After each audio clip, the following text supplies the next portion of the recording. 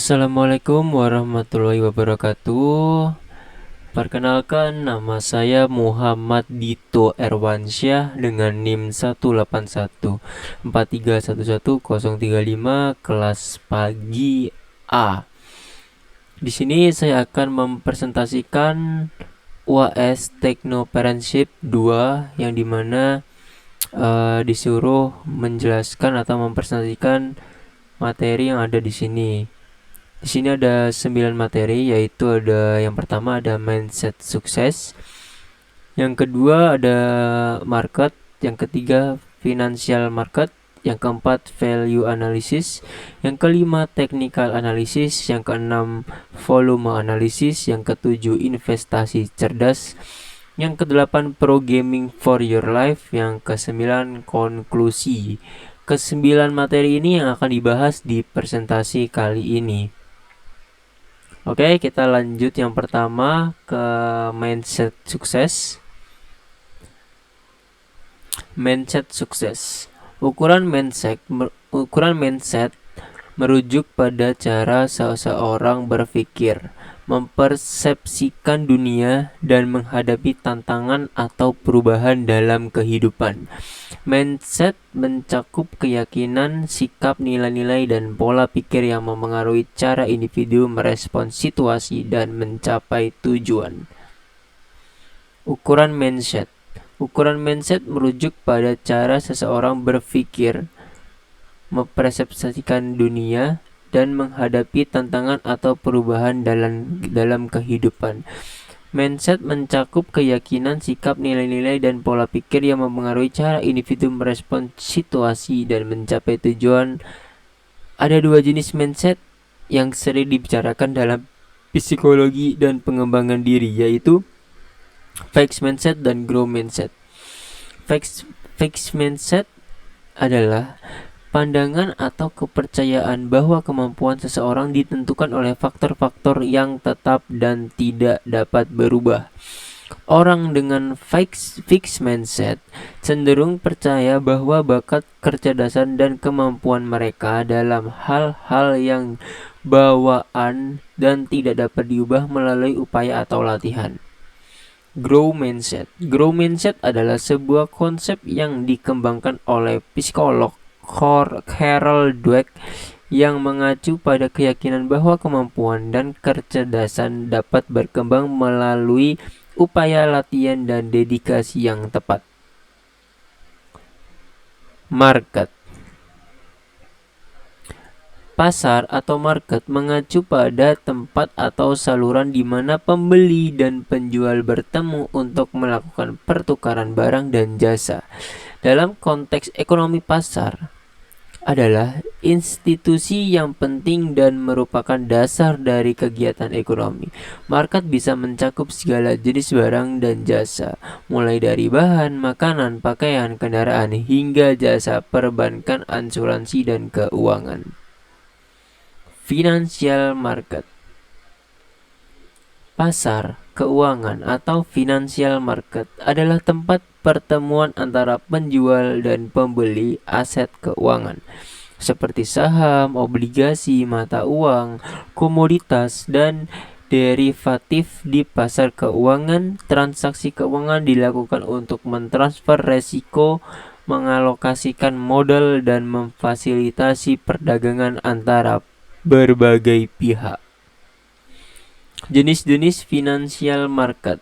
Pasar keuangan terdiri beberapa jenis pasar, termasuk pasar saham, pasar obligasi, pasar mata uang, pasar komoditas, dan pasar derivatif. Berikut adalah penjelasan singkat tentang masing-masing pasar. Yang pertama, pasar saham. Pasar saham adalah tempat di mana saham-saham perusahaan diperdagangkan. Investor dapat membeli dan menjual saham melalui bursa saham. Yang kedua, pasar obligasi. Pasar obligasi adalah tempat di mana obligasi diperdagangkan.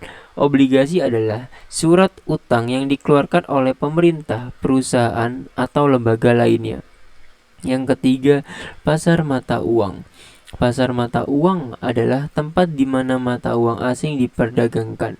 Transaksi mata uang dilakukan oleh bank, perusahaan, dan individu untuk tujuan perdagangan internasional, investasi, dan lindung nilai risiko mata uang.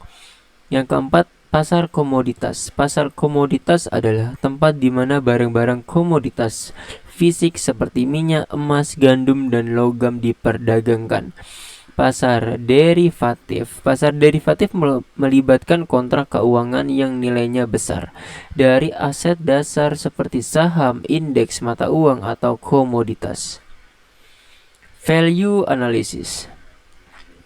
Analisis nilai atau value analysis adalah suatu metode yang digunakan untuk mengevaluasi dan menganalisis komponen-komponen suatu produk atau layanan dengan tujuan mencari cara untuk meningkatkan nilai atau manfaat yang diberikan dalam hubungan dengan biaya yang dikeluarkan. Metode ini biasanya digunakan dalam konteks pengembangan produk, manufaktur, atau pengadaan layanan. Technical analysis.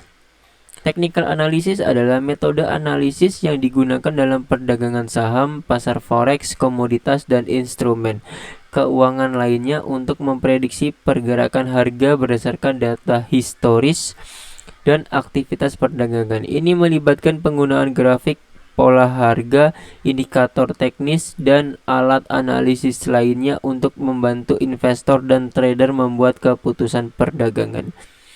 Technical analysis. Yang pertama ada grafik. Grafik harga digunakan untuk mengidentifikasi pola dan tren harga. Jenis grafik yang umum digunakan termasuk grafik garis, grafik batang, dan grafik lilin Jepang. Yang kedua, pola harga. Analisis teknik mencari pola harga yang dapat mengindikasikan perubahan tren atau pengembalikan harga. Contoh pola harga termasuk pola segitiga, pola kepala dan bahu, dan pola double top atau double bottom. Indikator teknis. Indikator teknis digunakan untuk mengidentifikasi sinyal pembalikan atau kelanjutan tren berdasarkan perhitungan matematis dari data harga. Level support dan resisten level. Support dan resisten adalah level harga di mana harga cenderung berbalik atau mengalami penahanan. Volume perdagangan atau volume perdagangan adalah jumlah saham atau kontrak yang diperdagangkan dalam periode waktu tertentu. Volume analisis. Analisis volume adalah metode yang digunakan untuk menganalisis pergerakan harga dan volume perdagangan suatu aset keuangan. Hal ini dilakukan dengan memperhatikan jumlah saham, kontrak berjangka, atau unit aset lain yang diperdagangkan dalam suatu periode waktu tertentu. Analisis volume memberikan wawasan tentang minat dan partisipasi pasar serta membantu mengidentifikasi tren dan perubahan potensial dalam harga. Investasi cerdas. Investasi cerdas mengacu pada strategi investasi yang didasarkan pada penelitian dan analisis yang cermat untuk meminimalkan resiko dan memaksimalkan keuntungan jangka panjang. Tujuan utama dari investasi cerdas adalah untuk menghasilkan pendapatan yang stabil dan pertumbuhan modal yang berkelanjutan. Prinsip dan praktik investasi cerdas. Yang pertama ada riset dan analisis.